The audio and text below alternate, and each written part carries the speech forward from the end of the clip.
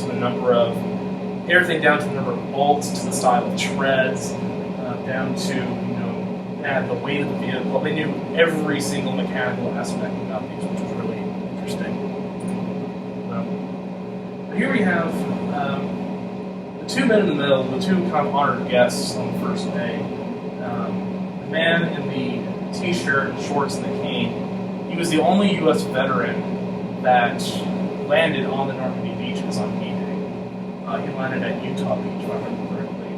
And, of course, because of that, everyone, all the visitors that day were asking him questions. Everything from, what was it like, what were your experiences, what else did you do during the war? And actually, one person had asked him, when you were at D-Day, did you get shot at? And he turns to him and says, well, of course we got shot at. We were invading the country, for God's sake. Of course I got shot at. And so, it was really interesting listening to him. So some of his stories, I actually recorded, and I've got some of those as well. But he was a really great individual to talk to. He came all the way from New Jersey to be here. And the gentleman in the suit, third from the right, was a man by the name of Dr. Guy Stern. And one of the events on the first day was that they showed a documentary about a group called the Ritchie Boys. And the Ritchie Boys were a U.S. Army outfit that worked with Army intelligence that operated in France, Belgium, and Germany. And they're responsible for interrogating and interviewing German POWs. They interrogate everyone from the private all the way up to their highest rank was lieutenant colonel. And they consisted primarily of German expatriates with Jewish backgrounds. And given their extensive knowledge of Germany, and they were fluent in German, and they would have extensive local knowledge, they were highly sought after and created into their own special unit, and they got their name from their training grounds in Camp Ritchie, Maryland. So, and Dr. Stern was one of the last surviving members, and him and a few other veterans created this documentary called Life as a Ritchie Boy, where they recount how they formed, how they trained, what their backgrounds were, and how they got involved in the war and what they did during the war. And afterwards, Dr. Stern's giving a Q&A session, and someone had asked him, what was the most memorable prisoner you ever interrogated? And he says, well, there was one German officer who refused to talk. He said, I'm not going to say anything, won't get any information from me. And Dr. Stern goes to the Ritchie Boys, and he says, what are we going to do? He's not going to talk, won't say anything. He said, well, maybe we can scare him into the information. So we can scare him so he'll tell us everything we need to know. And they thought about it, they came up with a plan. And Dr. Stern says he went back into the tent, and he talked to the German officer, and he says, well, if you won't talk to us, then you're of no use to us. Okay, but we can't let you go. And he says, so in that case, we're going to transfer you to our allies. We're going to hand you over to the Soviets. And this German officer stares at him, and he says his eyes got really wide, and he thought he was going to be turned over to the Soviets. And during this time, several other Ritchie Boys were constructing a tent that had they were putting up all these faux Russian posters. They had a picture of Stalin where they looked like it had an autographed picture of Stalin. They had commandeered a Soviet private's outfit, but they put up some decorations on to make it look like he was a high-ranking member of the Soviet the Communist Party. So he moves the German officer over to this tent, and the Ritchie Boy, dressed as a Soviet officer, stands up and starts screaming at him in Russian. And the German officer turns around, walks back to Dr. Stern, and says, "Okay, I'll talk. I'll tell you anything you want to know." So, and of course, the whole crowd got a huge laugh out of it. I thought it was probably one of the best stories I'd heard that day. So, and of course, overall, this kind of brings down to the conclusion.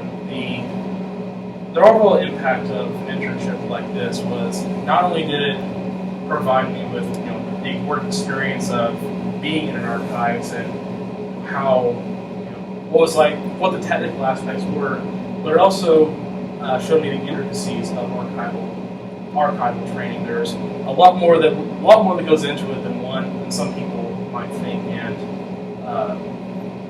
the other portions consisted of not only did it introduce me to the archiving training, it also introduced me to policies and procedures of NARA, because NARA has a set of archival policies that can be different from other, say, local or regional archives. And so having that dual perspective kind of shows how much emphasis federal agencies put into archives and presidential libraries and museums. So the libraries are great promoters and advocates for local community involvement. One thing I noticed about the Eisenhower Library was that the number of workshops and tours and community events that they hold, weekly or monthly or every year, there's strong community connection and community involvement with the library,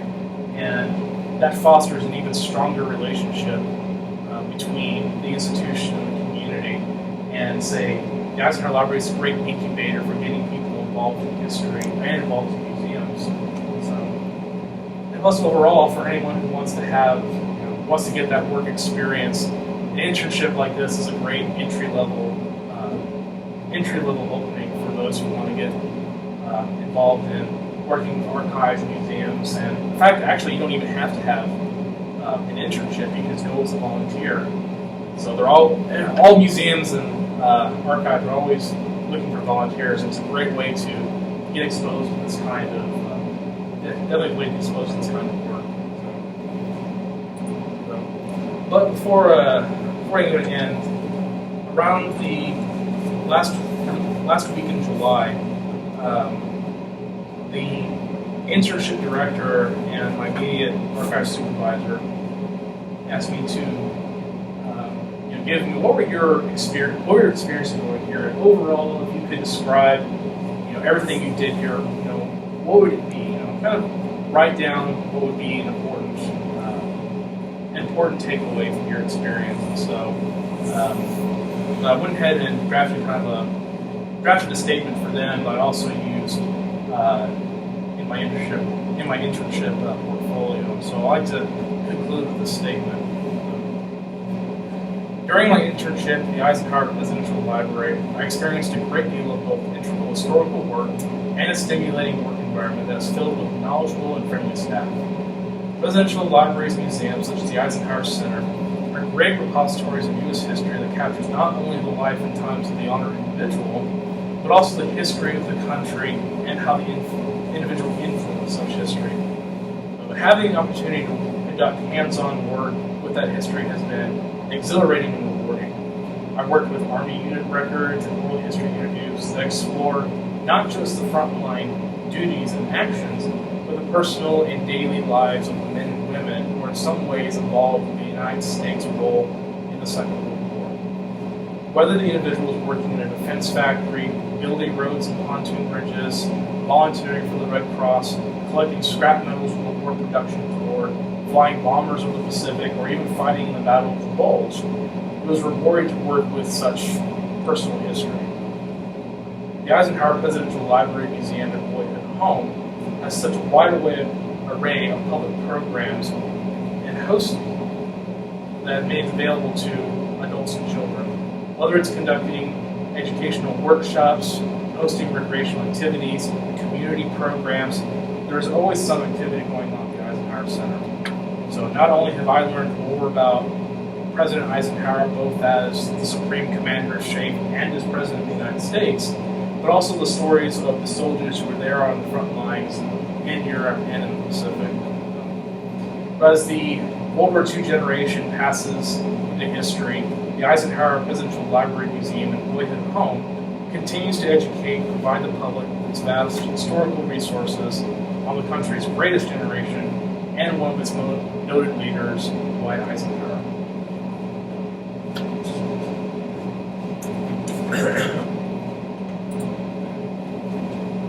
Thank you for being here today. I was glad to be here today. Thank you. And Thomas, are you willing to take a few questions? Absolutely. At this time, I can safely answer any questions you might have, or at least attempt to answer them.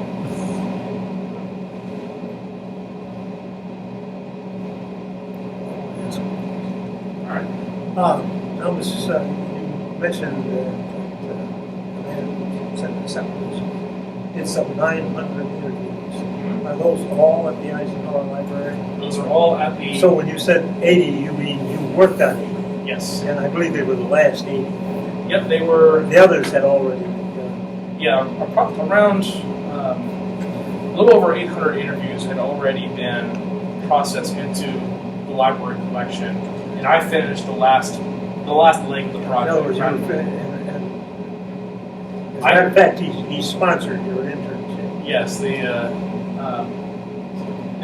gentleman who did the interviews, Joe Todd, he put up both the materials and the money for this internship. So he was the one who sponsored the entire thing. So, but yes, the 80 interviews I did were the last leg of the entire project. So around 900 was the ending number for the entire project. So, did you have to? Did you write a finding aid for each of the interviews? For each of the interviews, yes, and along with descriptions as well. The finding aids for the interviews, yes, along with descriptive aids as well. The entire. In other words, you wrote a finding aid for each of the 80 interviews. Yes. Was this an index or something of that sort? It is an index yet, but they're actually in the process of finalizing everything now, because there's some other paperwork consisting of release forms and the need of if that haven't been completed yet. So as soon as that's done, it will be able to be publicly accessed. Right now it's just kind of sitting there. What do you mean by finding aid? By what? Can you describe a finding aid for us? Describe a finding aid? Yeah. What does it consist of? Finding aid consists of a description of the materials within a particular collection. So I could take a look at it and get an idea of what's in that. Right. So finding aid, like if you're looking at the entire oral history collection. How do you know what to include and what to leave out? You can't. Finding aid is not a great big long thing. No, it's supposed to be just a couple of pages. It's a couple of pages. It tells you what's in it in a couple of pages. How do you select what to? Now there might be, if you wanted to make it complete, there might be 100 things. Right. But you can't talk about 100. So how do you decide which you're going to put in? Well, I think it kind of boils down to the common themes that you find in the interviews, the subject matter of them. If there are common themes that run through all the interviews, that can form part of the finding aid. How about what you think a researcher might want?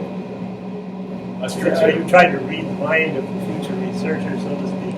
That's true, yeah. So, any other questions? Is the museum in Abilene, Kansas? The museum's also in Abilene. The entire facility that consists of the library, museum, and the home are all in Abilene, all centered on a single property. So there's also called a place of meditation, or kind of looks like a chapel. That's actually the resting place of President Eisenhower and his wife Amy, along with their first son, Dowd Eisenhower. So they're buried there on the grounds. So There's also an introduction center, so to speak. That's for putting on a program. yeah, the visitor centers are as well. So they have a large auditorium for visitors, along with a gift shop and other amenities you can see probably in the visitor center. So Did you get over to the Dickinson County Museum? the museum, yeah, it's actually right. The Dixon County Museum is right next door. Yes, right behind it. Yeah, it's kind of hidden back there. If you travel all the way around the doors of the library, you can get to the Dickinson Museum. Many of the archivists at the Eisenhower volunteered to look at the There's also Old Town Abilene, which is right on the other side of the railroad tracks, bordering ordering fly free. So they actually kind of asked me, well, if you're doing this, maybe you could work as a reenactor at Old Cowtown next door, or not Old Cowtown, but Old Abilene next door. You know, well, maybe if I have time. So. That leads right into my next question. So you did this as an internship. Is this something you see yourself doing in the future, or Absolutely. a time shot? Glad you done with it. One, I was glad I was done with it because I was driving 3 hours a day and spent total around $1,000 in gas, you know, over the course of a couple months. But I was glad to be done with that portion. But I